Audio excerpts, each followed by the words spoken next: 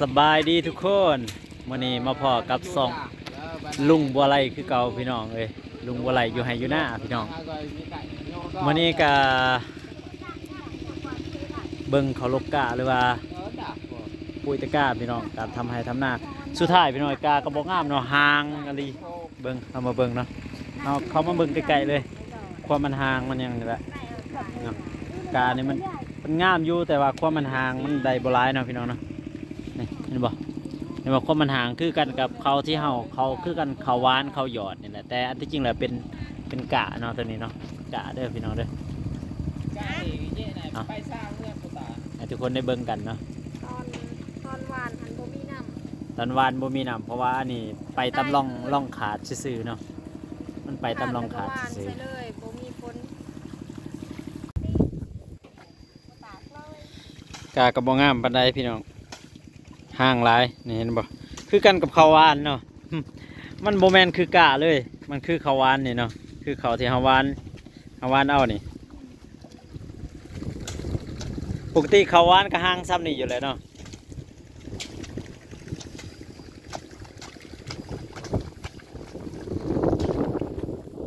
ทีมงานโลกกาที่จริงกับอันว่ากามันที่เลยกับหางมันสันมันก็สิได้ลกไว้แต่อันนี้มันจะซ่าเนาะหางมันยาวกากะงามอยู่แต่หางหน่อยนึงทางนั้นถือว่าดำแล้วเนาะทางนั้นเนาะมันคือดินซื่อๆแต่ว่าดำแล้วเลยทางนั้นกลุ่มนั่นก็กำลังดำอยู่ทางทีมงานนั้นเนาะ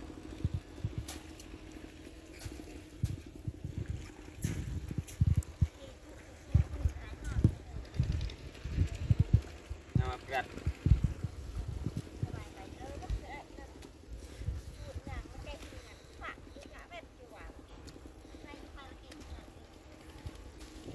ทางนั้นก็ลบกาคือกัน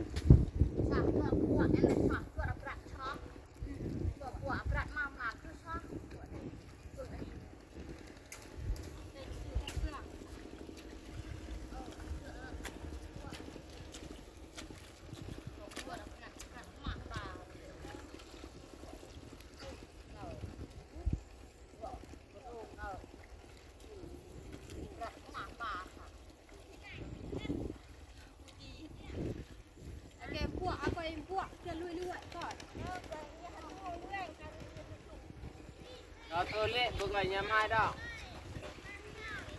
ฮะเงินเบี้ย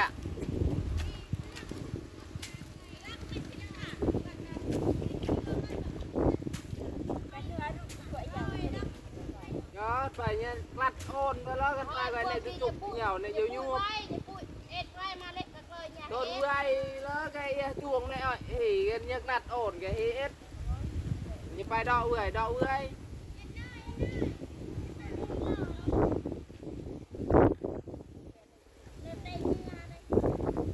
นี่เยอะตุกย่างไอ้นุ่มรถไถเนาะทางนั้นเนาะ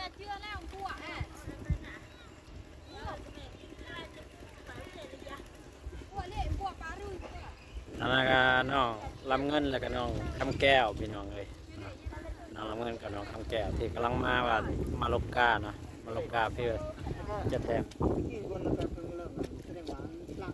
เยอะเละปะแต่อันนั้นก็บุกหักเลือกมันเลยว่าไปพี่ล้อลอยเอาก็ขาบอ่ะอันนี้อย่างไก่ก็ปลาบีแล้วปลาบีแล้วพวกน็อตก็แบบอันนั้นก็น็อตเนื้อเนื้อตีใหญ่ปลากาเป็นนี่ปะแต่อันนั้นก็แล้วต้องใส่ไปอันก็จอเตียกันทะเลใบอ๋อลอยบนเอาแต่บนเล่าอ่ะเราก็บอลจอดตอนก่อนก็อ๋อแล้วตะกี้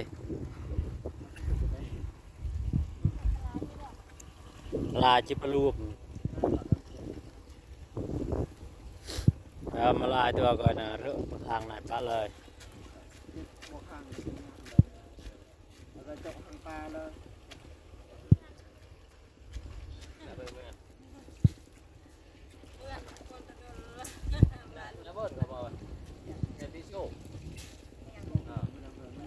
ซูมามันยังเลยก็ช็อตอีเหมือน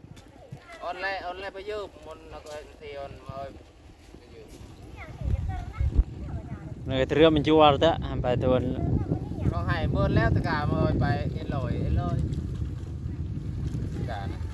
นี่เลยแล้วในทุกว่าตะกาก็เคยบ่ปวดในเคยปวดโดนน่ะโดนจวน เลย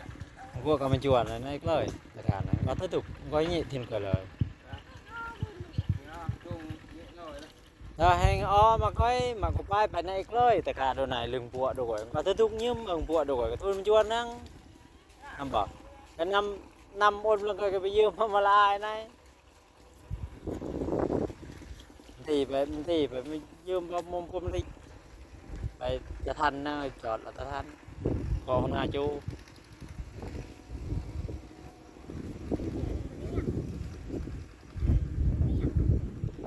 นี่ยัง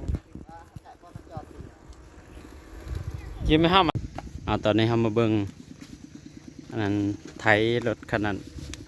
ว่ามันหักบนใดเนาะแล้วห้ามมาเบิ่งสิหาวิธีแก้ไขจังไดมาเบิ่งทีมงานดำหน้าเบื้องนี้เนาะว่าต้องจะแก้ไข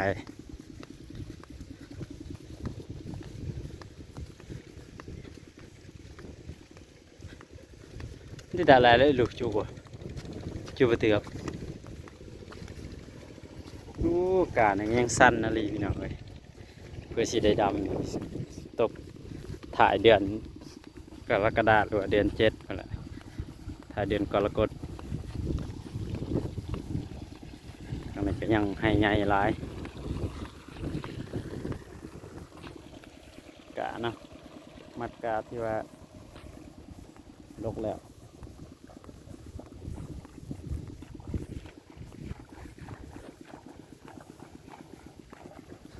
ทีมงานดำนา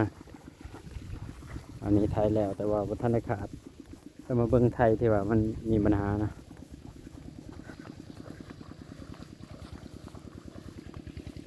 ยังให้ไงน้ำเต็มเลยพี่น้อง